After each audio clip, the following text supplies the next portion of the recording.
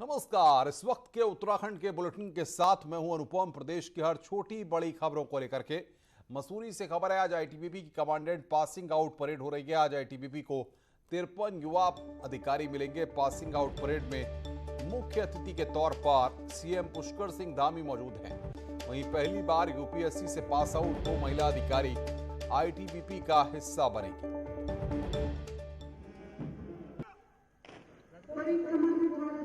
और बातचीत करने के लिए भारती सकलानी हमारी संवाददाता मसूरी से हमारे साथ फोन लाइन पर जुड़ रही हैं। भारती, तस्वीरें तो लगातार हम दर्शकों को दिखा रहे हैं। गौरवान्वित करने वाला ये पल होता है। क्या वहां पर आप देख रही हैं और किस तरीके से कार्यक्रम चल रहा है? देखिए, इस वक्त जो है अनुपम, वो परेड की सलामी यहाँ पर चल रही है और मुख्य अतिथि के तौर पर आपको नजर आ रहा होगा कि सीएम पुष्कर सिंह धामी यहाँ पर पहुंचे हुए हैं। इसके अलावा डीजीपी उत्तराखंड वो भी यहाँ पर मौजूद हैं। 2 साल से ये पासिंग आउट परेड कोविड के चलते नहीं हो पा रही थी अनुपम, लेकिन इस बार जो है वो यहाँ पर ये पासिंग आउट परेड हो रही है। और इस बार की खास बात यह है कि पहली बार आईटीबीपी के इतिहास में यूपीएससी से पास आउट 2 महिला अधिकारी आईटीबीपी का अभिन्न अंग बनने जा रही हैं। 53 अधिकारी कुल यहाँ से पास आउट आज हो रहे हैं। और इसमें आपको बताऊं कि टेक्निकल कोर्सेज के जो अधिकारी हैं वो यहाँ पर ज्यादा हैं। कुल 53 सहायक कमांडेंट जो है वो यहाँ से पास आउट हो रहे हैं। 42 इसमें सहायक सेनानी हैं। इसके अलावा उत्तर प्रदेश के 8 और उत्तराखंड के 2 अधिकारी जो हैं वो यहाँ से पास आउट होंगे। बिहार के 3, इसी तरीके से कुल 42 सहायक सेनानी हैं जो अनुपम यहाँ से पास आउट हो रहे हैं। अब से थोड़ी ही देर बाद यहाँ पर अवार्ड सेरेमनी का कार्यक्रम जो है वो शुरू हो जाएगा। अवार्ड सेरेमनी का कार्यक्रम जो है वो शुरू हो जाएगा। परेड की सलामी यहाँ पर मुख्यमंत्री पुष्कर सिंह धामी की तरफ से ले ली गई है। बिल्कुल। अगर बात करें भारतीय कैडेट्स की तो तमाम जो लोग भी हैं या इस बार भी उनके परिवार के लोगों को वहां पर बुलाया गया है। जी बिल्कुल, परिवार के सदस्य जो है वो यहाँ पर मौजूद हैं। कोविड प्रोटोकॉल का पूरा पालन यहाँ पर किया जा रहा है। और आईटीबीपी की खास बात ये होती है अनुपम कि यहाँ पर जो अधिकारी हैं वही पहले आईटीबीपी एकेडमी में आते हैं और उसके बाद यहाँ से सीधे कमीशन ही इन लोगों को मिलता है। तो ये यहाँ की खास बात होती है। इसके अलावा 24 अक्टूबर 1962 को आईटीबीपी गठित की गई थी। और अब जो है जिस तरीके से अगर हम बात करें जो एक्टिविटीज़ होती हैं, ऐतिहासिक खेल जो होते हैं, उसमें भी आईटीबीपी का अपना एक महत्वपूर्ण योगदान होता है। और वही अब से थोड़ी देर बाद हमें यहाँ पर देखने को भी मिलने वाला है। हम भारतीय सीएम पुष्कर सिंह धामी को भी देख रहे हैं कैप लगा करके और एक न्यू लुक में कहा जाए कि आज मुख्यमंत्री हैं इस खास मौके पर।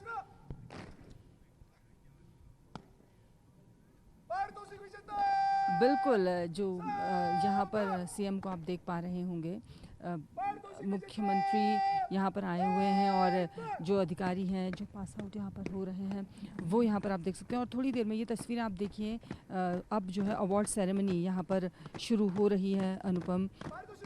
इसमें अगर मैं आपको बताऊं कि जिन्होंने ऐतिहासिक काम यहाँ पर किया है, जिन्होंने अच्छा परफॉर्मेंस यहाँ पर दिया है, वो अधिकारी यहाँ पर सम्मानित किए जाने वाले हैं। मुख्यमंत्री को आप देख पा रहे होंगे और ये वो तमाम अधिकारी जिनको यहाँ पर अभी अवार्ड मिलने जा रहा है, जो कि यहाँ से पास आउट भी होंगे। कोर्सेज की अगर मैं यहाँ पर बात करूँ अनुपम, तो एक स्मॉल कोर्स होता है 25 वीक का, जिसे हम कह सकते हैं 49th वे जियो इसे कहा जाता है। इनका ये ट्रेनिंग कोर्स होता है जिसको लेने के लिए यहाँ पर ये ट्रेनिंग दी जाती है। तो अभी आप देख रहे हैं कि आईटीबीपी में ये अवार्ड सेरेमनी यहाँ पर ऑर्गेनाइज हो रही है और ये मुख्यमंत्री पुष्कर सिंह धामी यहाँ पर अवार्ड देते हुए। यह ट्रॉफी उस प्रशिक्षु को दी जाती है जो कोर्स के दौरान आंतरिक गतिविधियों में सर्वोत्तम आंका गया हो। इसमें सभी लिखित परीक्षाओं जैसे फील्ड। भारतीय हम देख रहे हैं कि किस तरीके से वहां पर इस पासिंग आउट परेड के दौरान कोविड गाइडलाइंस का पालन किया जा रहा है। इतने भी लोग मौजूद हैं बाकायदा मास्क लगा करके और सभी नियमों का पालन करते हुए नजर आ रहे हैं।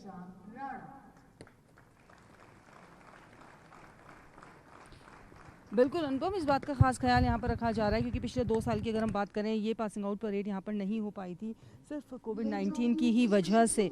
और अब जो है 2 साल बाद इसको यहाँ पर ऑर्गेनाइज किया गया है। सर्वोत्तम आचरण के लिए डिप्टी कमांडेंट ट्रेनिंग कप जो है वो यहाँ पर मिल रहा है अभंग दिलीप को। ACJD हैं ये जिनको ये अवार्ड यहाँ पर मिलने जा रहा है। इसके अलावा कुल 7 अवार्ड जो हैं वो यहाँ पर मिलने वाले हैं, वो भी मैं बता देती हूँ। महानिदेशक का कप जो है वो ACGD सिमरनजीत सिंह को यहाँ पर दिया जाना है। इंस्पेक्टर जनरल कप यहाँ पर मिलेगा सर्वश्रेष्ठ इंडोर ट्रेनी जिन्होंने की है ACGD जोशी अभंग दिलीप को।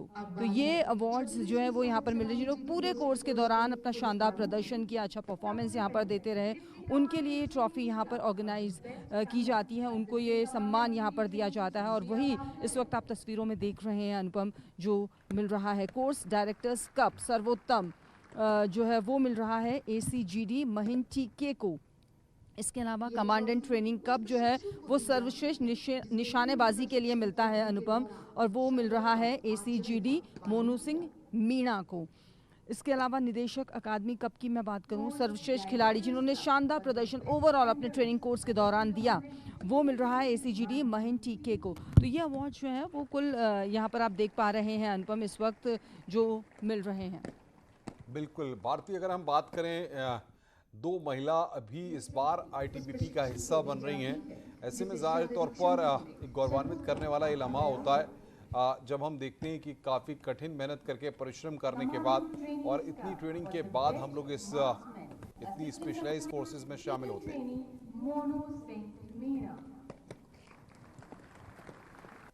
बिल्कुल पहली बार ऐसा है अनुपम, UPSC चयन प्रक्रिया जो है वो UPSC की CAPF AC परीक्षा होती है और इसके जरिए ITBP में शामिल हुई हैं ये 2 महिला अधिकारी। सहायक कमांडर पर इन्होंने शपथ ली है प्रकृति और दीक्षा, ये इस दल में देश सेवा के लिए जुट गई हैं। ITBP में 2016 से UPSC के जरिए महिला कमांडेंट अधिकारियों की नियुक्ति यहाँ पर होती है और ये कंपनी कमांडर के रूप में ये नियुक्ति यहाँ पर शुरू हुई थी। लेकिन अगर हम पिछले बार की बात करें तो कोविड के चलते नहीं, इस वजह से हम ये कह सकते हैं अनुपम कि ये पहली बार है ITBP के इतिहास में जब ये दोनों अधिकारी प्रकृति और दीक्षा भी अब देश सेवा की शपथ ले चुकी हैं और इस दल में शामिल हो चुकी हैं। तो क्या माना जाए भारती की जिस तरीके से हम देखते हैं कि जोश इज हाई और ये युवा जो फौज है, जो नई टीम जो है ये ITBP में शामिल होगी, तो नए दायित्वों के साथ तमाम चुनौतियों के साथ इसको आगे बढ़ना होगा। बिल्कुल अनुपम, हम सब ये जानते हैं कि ITBP का कितना इम्पोर्टेंट रोल रहता है। चाहे अगर हम बात करें हिमालय के प्रहरी भी इनको कहा जाता है, समर्पण हमने देखा कितनी कठिन जगह पर इनकी ड्यूटीज़ जो हैं वो यहाँ पर लगती है। आपदा की बात कर लें, आपदा में जो है ITBP का बहुत इंपॉर्टेंट रोल होता है। पहाड़ी इलाकों में जब लोग फंस जाते हैं तो उस वक्त भी ITBP सुरक्षा और बचाव दल की भूमिका में नज़र आती है। और एक बात और मैं यहाँ पर जोड़ दूँ कि ITBP के इतिहास में ये भी पहली बार यहाँ पर होने जा रहा है कि किताब का जो है वो यहाँ पर किया जाएगा, विमोचन यहाँ पर किया जाएगा और इसमें ये ITBP के इतिहास को लेकर अब तक का जो भी इसका स्वर्णिम इतिहास रहा है उसको यहाँ पर बताया जाएगा। साथ ही हम बात कर रहे थे अनुपम कि किस तरीके से ITBP यहाँ पर रोल प्ले करती है, तो कोविड-19 में भी ITBP ने यहाँ पर काम किया था और महामारी में चाहे हम पहली लहर की बात कर ले या फिर दूसरी लहर की बात कर ले, उस दौरान भी यहाँ पर देश की जनता के लिए जो ITBP के जवान हैं वो हमने यहाँ पर देखा था कि काम करते हुए नजर आए थे। बिल्कुल भारती, आप नजर बना के रखिए, ये तस्वीरें हम लगातार दर्शकों को दिखाते रहेंगे। तो भारती सकलानी हमारी संवाददाता हमें इस बड़ी खबर पर अपडेट दे रही थी। आगे बढ़ते हैं, देहरादून से खबर है, तीलू रौतेली पुरस्कार आज वितरित किए जाएंगे। 22 महिलाओं को ये पुरस्कार मिलेगा। सामाजिक, आर्थिक, राजनीतिक क्षेत्र में काम करने पर यह पुरस्कार दिया जाता है। CM पुष्कर धामी इस कार्यक्रम के मुख्य अतिथि होंगे। CM 22 आंगनबाड़ी वर्कर्स को भी पुरस्कार देंगे। –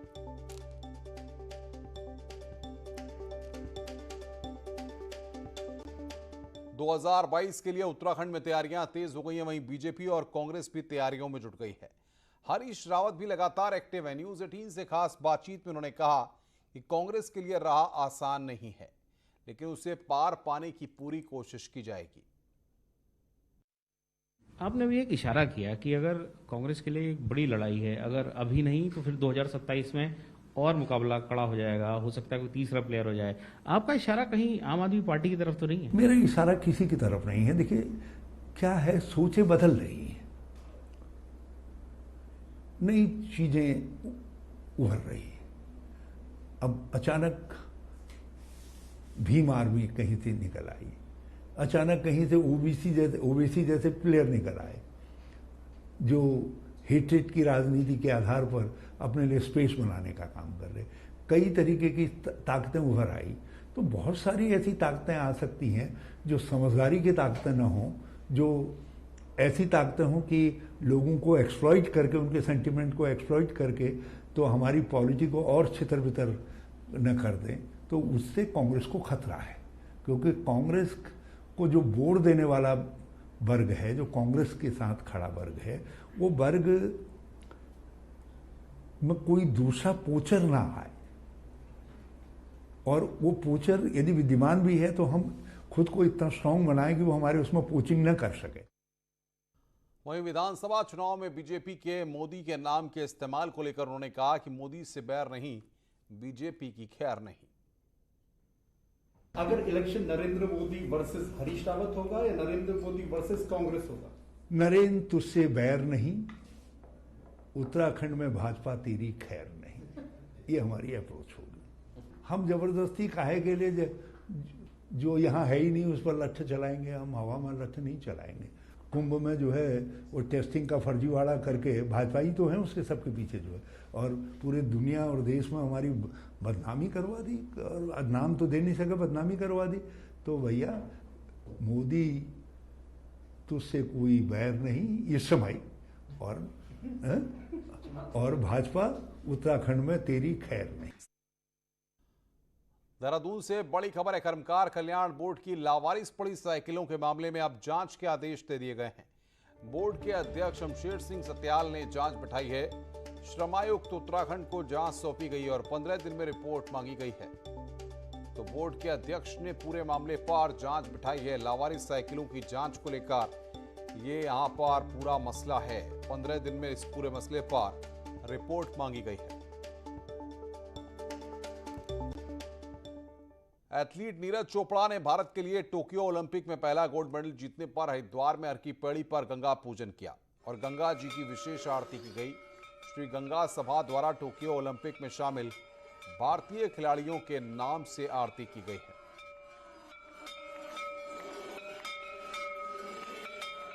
और सीधे आपको लेकर चलते हैं मसूरी, जहां पर पुष्कर सिंह धामी बोल रहे हैं। हमारे उत्तराखंड सरकार के महानिदेशक Ashok Kumar, ADGP ITBP Shri Daljit Singh Chaudhary, ADG Manoj Rawat और मेरे साथ जो आप आईटीबीपी में भी पूर्ण रूप से सेवा दे चुके हैं, विदेशक में भी दे चुके और पुलिस के हमारे एडीजीपी और अभी उत्तराखंड शासन में अपर प्रमुख सचिव के नाते मुख्यमंत्री कार्यालय में तैनात श्री अभिनव कुमार जी, अकादमी के निदेशक श्री गुलाब किशोर जी, एआईजी अजयपाल जी, ब्रिगेडियर डॉक्टर रामनिवास जी। आज इस पासिंग आउट के अवसर पर उपस्थित सभी हमारे अतिथिगण, उनके परिवारजन, आईटीबीपी के सभी अधिकारीगण, सभी कर्मचारीगण और इस दीक्षांत परेड में मैं देखता हूँ बड़ी संख्या में हमारे उपस्थित पत्रकार मित्रों और छायाकारों को।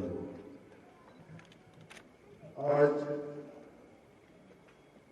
पासिंग आउट परेड में मेरे सभी नौजवान अधिकारीगण जिनके निमित्त आज ये बहुत शानदार कार्यक्रम यहाँ पर जिसमें सम्मिलित होने का अवसर हुआ, मैं सबसे पहले तो इस बल के शहीदों को नमन करता हूँ जिन्होंने राष्ट्र की रक्षा के लिए अपना सर्वोच्च बलिदान दिया है।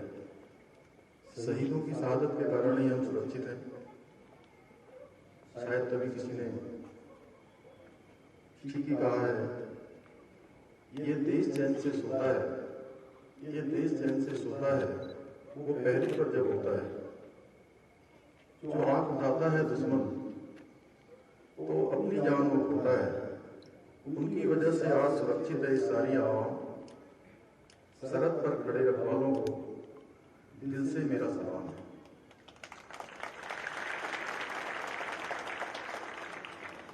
आप सबके बीच में आकर आज मुझे अपना बचपन याद आ रहा है। मैं एक सैनिक का पुत्र हूँ और मैं सेना के ऐसे कार्यक्रमों को नजदीक से देखने का अवसर मुझे मिला। आज आप सबके बीच में आना मुझे लिए गर्व का विषय है। आप सबके समक्ष में इस कार्यक्रम में उपस्थित हूँ। मुझे इस बात की बेहद खुशी हुई है कि आप सभी 53 शरणार्थी अधिकारी आज से इस बल की मुख्य धारा में शामिल हो गए। आपकी जोशीली और बेहतरीन परेड को देखकर मैं आज ये कह सकता हूँ कि आप सब आईटीबीपी में सेवा करने के लिए पूरी तरह तैयार हैं। मैं अपनी तरफ से आप सभी का अभिनंदन करता हूँ। तो मुख्यमंत्री वहां पर संबोधित कर रहे हैं और हम आपको सुनवा रहे थे वो क्या कह रहे हैं। फिलहाल रुकना एक ब्रेक के लिए, ब्रेक के बाद जल्द हाजिर होते हैं।